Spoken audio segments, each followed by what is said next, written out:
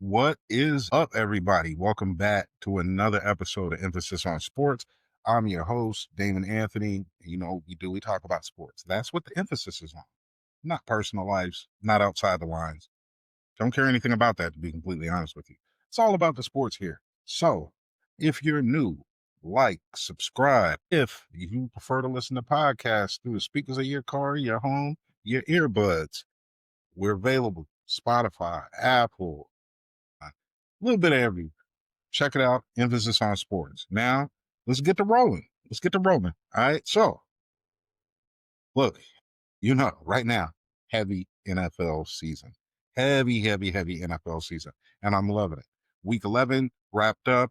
Let's run through it real quick. Week 11, look, everybody that's watching the NFL, we're seeing a little bit of a different league. I'm not going to say that it's a changing of the guard, not by any stretch of the imagination. Listen, the Chiefs seem to be having a down year. They'll be fine. Let's not forget that Mahomes is young. They have a core of young players there. They'll be fine moving forward. Not worried about them. You look at the Eagles. The Eagles are kind of going through some inner turmoil, it seems like. They'll be fine. Very young nucleus there. But we are seeing some teams rise that I don't think anybody was really prepared for, anybody was ready for. The Colts, the Broncos, those are teams that I don't think anybody coming into the season thinking that they're going to be leading their division after week 11 wasn't something I think on a lot of people's bingo card. The Patriots, a huge one there. I'm loving the season and how it's rolling out. Now let's go ahead and break down week 11 real quick. So, first game of week 11, Patriots knock off the Jets 27-14. Everybody kind of saw this coming. This also has caused the benching of Justin Fields. Fair, unfair, look at it however you want to look at it. But after week 11, if you're not really playing well, you're going to get benched. That's just the truth. Meanwhile, you look at the Patriots, they look like that team that's on the verge. They're going to be right there. They're going to be scrappy. They're going to be fighting. Drake May, he looks more of a seasoned vet than the second-year quarterback. Love to see what's going on up there. The young boy, Travian Henderson, 3 tuds last Thursday. Man, this is a team that's definitely on the rise. Let's move on to Sunday. First game of the day on Sunday was the first ever NFL regular season game in Spain. Dolphins knock off the Commanders 16-13. We know Commanders kind of limped into this one without Jaden Daniels. Scary Terry's been out for a little bit. There's a sprinkle of injuries around that team, that organization right now. But getting out, they played decently boring, at least against the Dolphins, and the Dolphins pulled off the victory. No one knows what's going on with the Dolphins. Are they good? Are they bad? Are they riding with the coach? Are they not? Is Tua still the guy? Who knows? But they at least got the chance to get a victory against somebody. Them walking out of this game 4-7, huge for Miami, the organization, and the fans.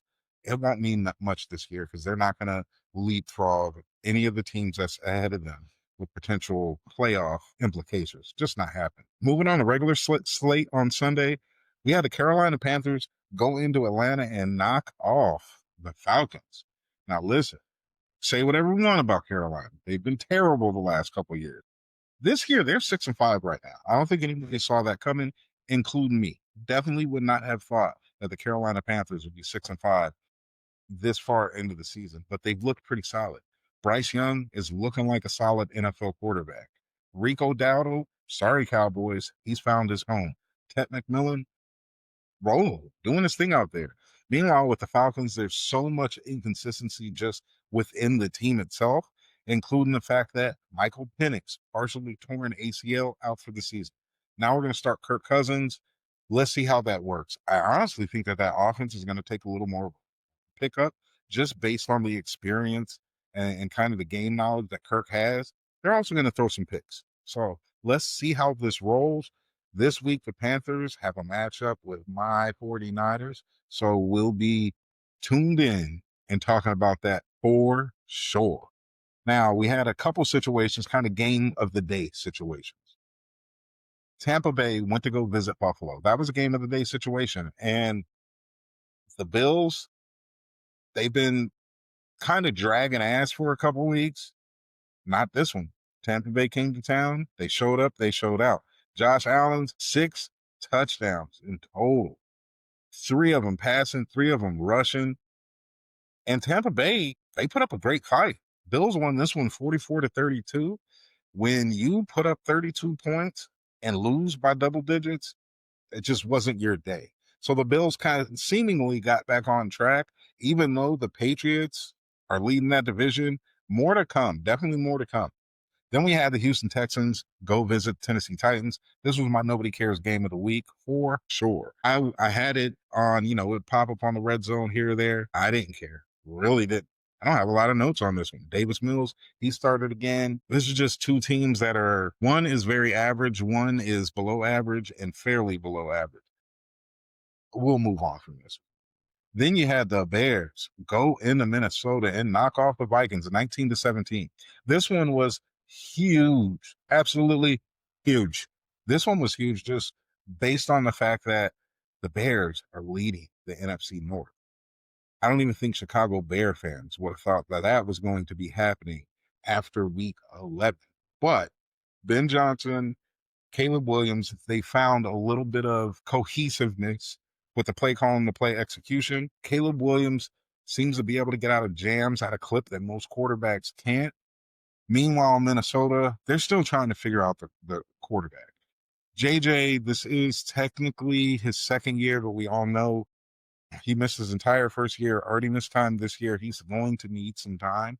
I just don't know if there's enough time for him to keep the Vikings relevant to this year. I really don't think that there is. I think the Bears, if the Bears kind of keep going the way that they are, I don't think they're going to win the division, but I think they're going to sneak into the playoffs. This is going to be interesting. Hold on tight.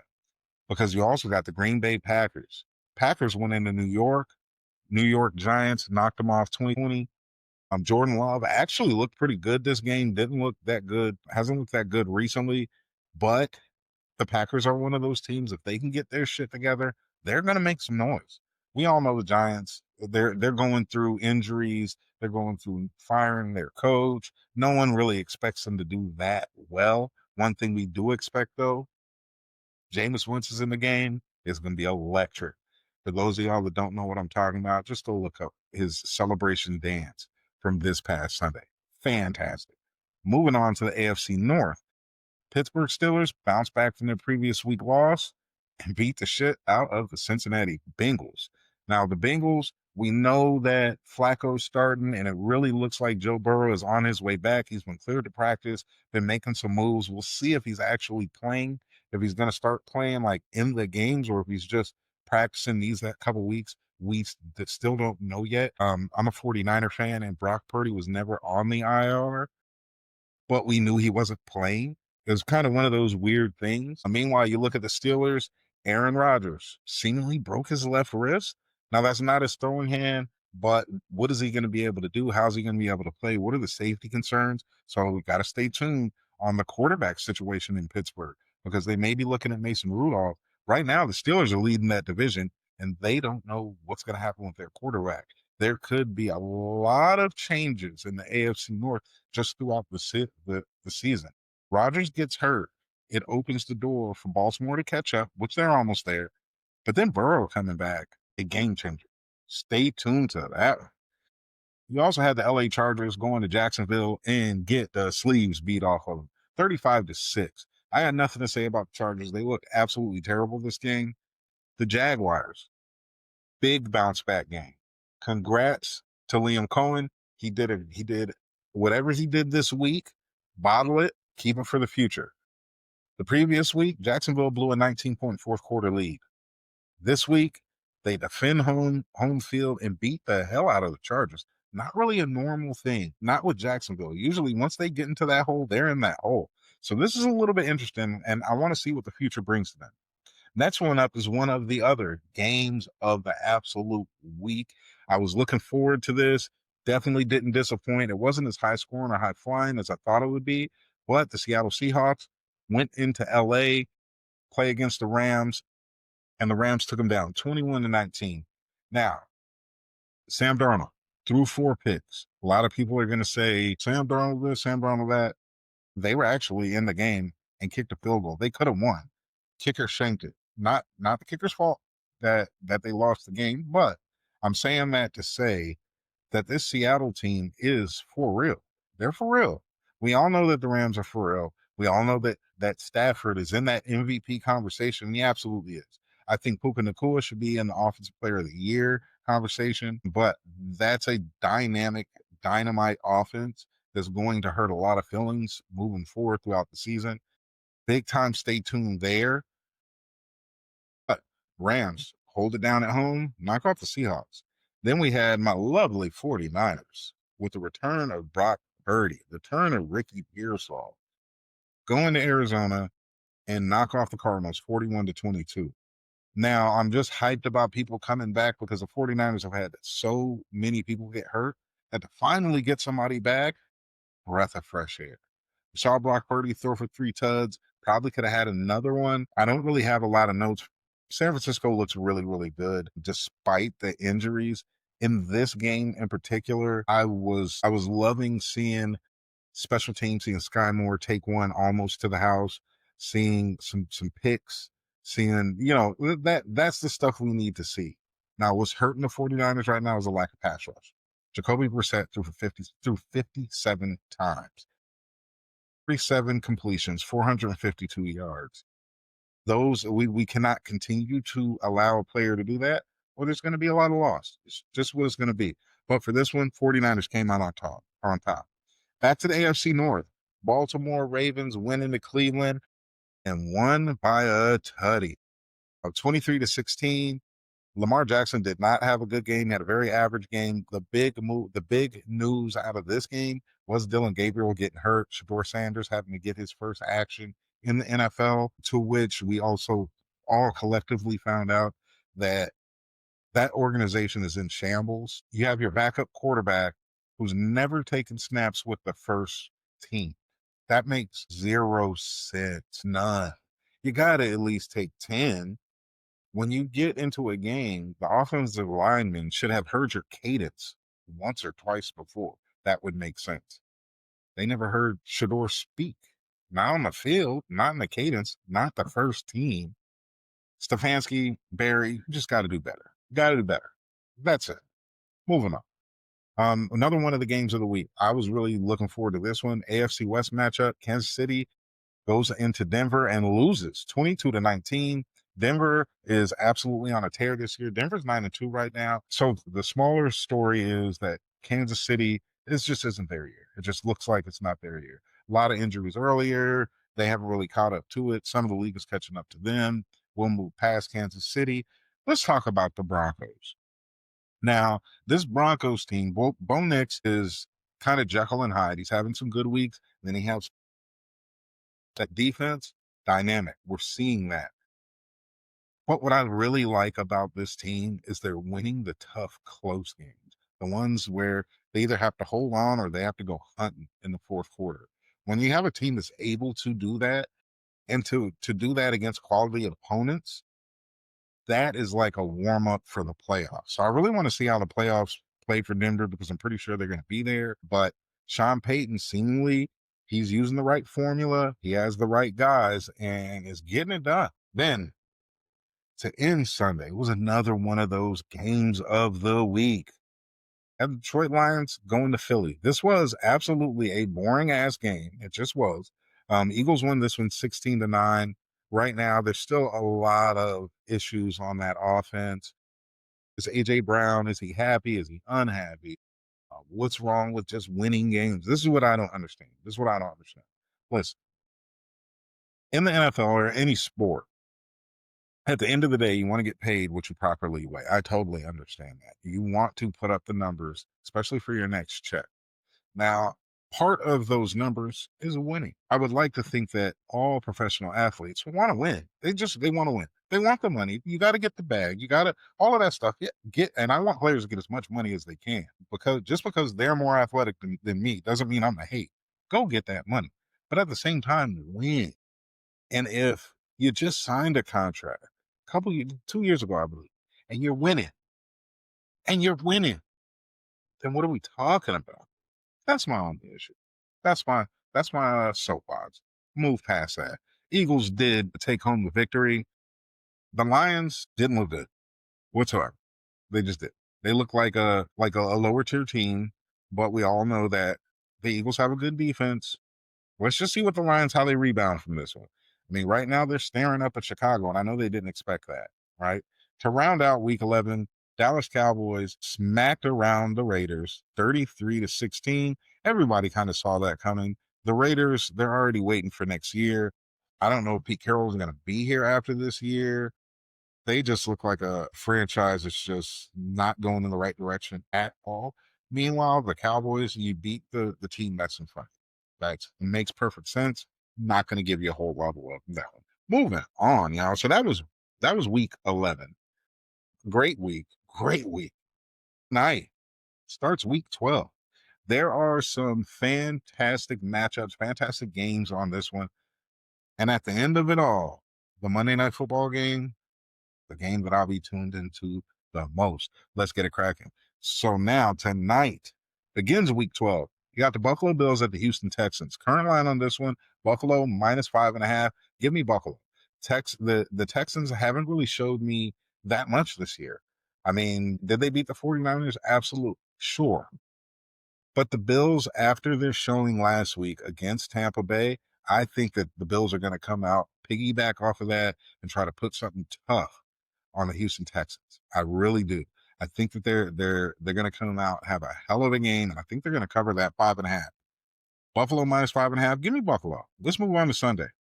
Sunday, there are some, in the immortal words of I think my dude Jim Ross, there's some slobber knockers, right? We're going to start this whole thing off with the Pittsburgh Steelers at the Chicago Bears. Current line on this one is Chicago -2.5. And you know what? This may be a shocker to some people. Give me Chicago. Give me Chicago. I'll take Chicago at home, no problem here. Pittsburgh hasn't really showed me that they're like the Steelers like of old or anything. They're just a football team. And they're good. They won some games, but they're not great. They're just not great. Meanwhile, the Bears are seemingly getting better every week. And if we're looking at a team that's getting better, maybe they continue to win games. I think they can walk out of this one 8-3, still hold that lead in their division. Time will tell. With the Steelers, we don't know. Is Aaron Rodgers out? Is he going to be able to play, but still, have that injured wrist that's not on the stone arm? Is Mason Rudolph going to start? I don't know. We don't know. I don't know if they know. So for this one, spread on it, Chicago -2.5. Give me the Bears. Next up, we got the Patriots at the Bengals. Current line on this one, Patriots -6. Give me the Patriots for sure. Because of a spitting incident, Jamar Chase, he's out this week. He's suspended one game. We know that they have other players, T. Higgins, Chase Brown. We know they got players there, but these Patriots look good. They look damn good. Drake May, balling. Travion Henderson, balling. And we all know who the hell Stephon Diggs is. Hunter Henry. You got top players at all your levels there. Defense, playing really damn solid. I expect the Patriots to go in here and win by at least a touchdown, maybe 10, maybe 10. Next up, we got the New York Football Giants going to visit the Detroit Lions. Current line on this one, Detroit -10. Give me Detroit. Detroit's at home. Detroit just lost a game that they really expected to win and that they probably could have won. They're good enough. They got the players and they lost. Meanwhile, the Giants, they're struggling. We understand they're going through a world of different things. I think Detroit is going to come out here and they're going to try and reestablish who they are. They're probably going to try and drop 40 to 50. I think this is going to be a very high scoring game, mostly on the Detroit side. Detroit -10, give me Detroit. Then we're going to have a lovely NFC North matchup that I will be tuned into because these games are always fun. Minnesota Vikings at the Green Bay Packers. Current line on this one, Green Bay -6. This is ugly. Give me Minnesota. I'm going to take Minnesota just based on the division factor. And these teams are going to play tough. The only issue with Minnesota, as we know, which JJ McCarthy is going to show up. The one that had that stupid ass scowl look, who said he has dogging around, a beast, I don't know, whatever it is. Or the one that we see from time to time that just, he's not ready. I don't know. I'm feeling like the Vikings are going to keep this one close enough I like Green Bay to win it, but I like Minnesota to cover that 6 points. I do. Also, at the early slots of the games, we got the Seattle Seahawks going to visit the Tennessee Titans. Current line on this one, Seattle minus 12.5. Give me Seattle. Tennessee has showed me absolutely nothing. Absolutely nothing. They're not supposed to show me anything. I'm not saying anything bad about them, but I think the Seahawks are really damn good. I just think that they just didn't get it done last week against the Rams. I like the Seahawks to go in here and cover the 12.5 and probably blow the doors off of Tennessee. They want to make up for what happened last week. Now, one of the games, there's a couple games that like I just can't wait to see. I'm locked into. This is one of them. Indianapolis Colts at the Kansas City Chiefs. Current line on this one, Kansas City Chiefs minus 3.5. Give me the Colts. Nothing against the Chiefs. I don't think that this is their year. I think they've fallen back a little bit. The Colts are coming off of a bye, and Jonathan Taylor is looking like the best non-quarterback in the league. That dude is remarkable on the offensive side. I say on the offensive side, the dude is absolutely crazy, and I don't think he's going to slow down in it. And when you have him there, it opens up everybody else. I think Daniel Jones is going to lead this team to a victory. I just do. I don't think it's the Chiefs' year. Nothing to knock them, but spread Kansas City minus 3.5. Give me the Colts straight up. Next up, we're going to have the Jets at the Ravens. This is a dog of a game. Currently on this one, Baltimore minus 13.5. Give me Baltimore. Baltimore is at home. Baltimore is kind of refining themselves, and they see some light at the end of that tunnel. They may be able to, at some point, pass the Steelers and keep the Bengals behind them, win their division, and then everything is right within the Baltimore Raven world. And I just think that this is a week that they're going to put up a ton of points. We know the Jets are sad. We know the Jets just benched their starting quarterback. I think Baltimore's got to come out and put it down on that. Right. Next game up is my nobody cares game of the week. Week. Now, there is a little care here. Just a little bit of care. It's Cleveland Browns at the Las Vegas Raiders. Current line on this one, Raiders minus 4. Give me the Browns. The reason that there's that little bit of care is this is the first week for Shador Sanders. This is his first start. Now, these are both two-win teams, so I'm not going to say people really care. I'm not going to say that the world is falling all over anybody for this, but Shador's been in the news all year. Let's see what the kid has. And he gets a little help because the Raiders absolutely suck. Line on this one, Raiders minus 4. Give me the Browns. Next up, we're going to have Jacksonville Jags at the Arizona Cardinals. Current line on this one, Jacksonville minus 3.5. Give me Jacksonville. I think Jacksonville is going to go in there. These are the games that they absolutely need to win. They have to stay very much on the positive side of the schedule. If not, they'll be out of there. And I think Trevor Lawrence will have to find him a new home. I just really like Jacksonville to go in. Arizona's a solid team. I just don't think that they're that good. To say it bluntly, Jacksonville minus 3, give me the Jags. Now, another one of these games of the day, Philadelphia Eagles at the Dallas Cowboys. Current line on this one, Philly minus 3.5, give me Dallas. I hate that I just said give me Dallas, but give me Dallas. Philly, there's no fluidity on offense. You don't really know what Philly you're going to get week after week. True, very true. Dallas does not have a great defense, so you can score on them, but Dallas has a dynamic offense. So I think they're going to put up points. The fact that they're at home is leading me to go ahead and take the Cowboys, but the Eagles very well could win this game and cover. I just think at home, the Cowboys are going to eke it out.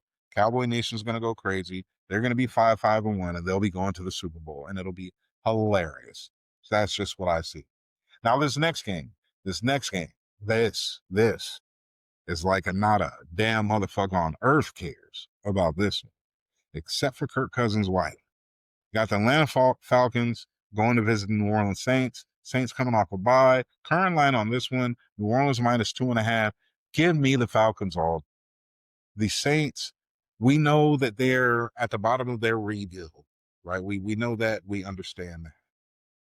The Falcons are bringing in an experienced quarterback who's been there, who knows the offense, who knows what to do, who's not going to get flustered by the moment or by anything that's happening. Give me the Falcons. They have too much talent. They should go into New Orleans and at least just win straight up.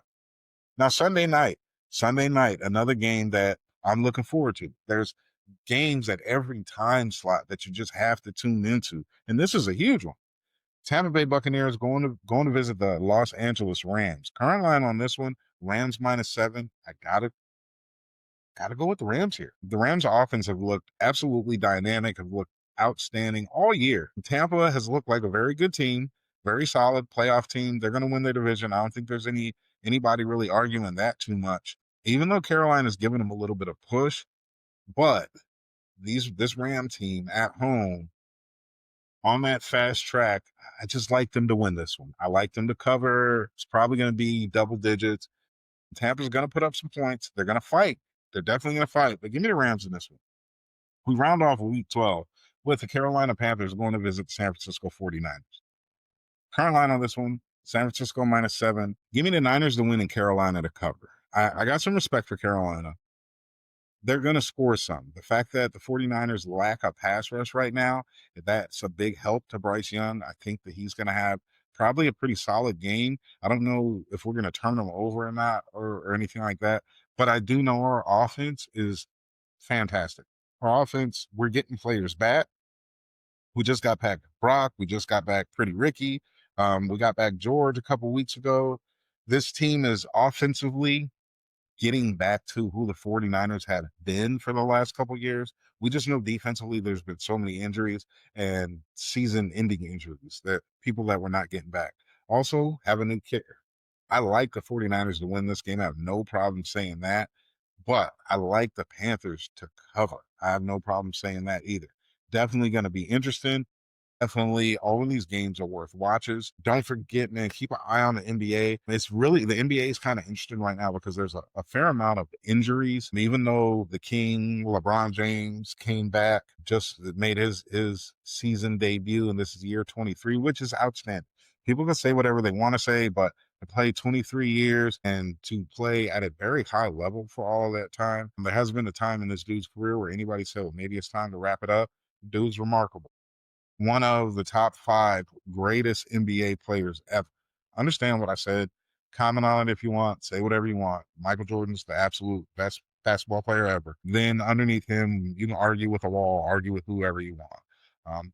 I'll do an episode just on that breakdown because more and more as time passes, I'm like locked into Jordan's the best ever. But Bron's back, which is always cool to see. You look over at college football, a lot of good top 25 matchups.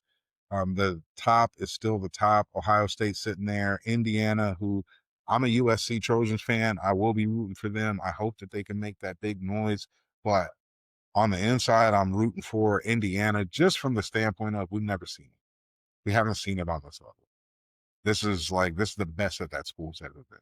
They're going to be back in the playoffs. I hope that they can make it to a national championship and win. That would be just fantastic. Turn a basketball school into a football school. I'm always down for that kind of action. So that'd be real cool to see. College basketball has been rolling. And I have been paying attention a little bit. I'm an Arizona Wildcat fan, and my Arizona Wildcats, they're looking irritatingly good.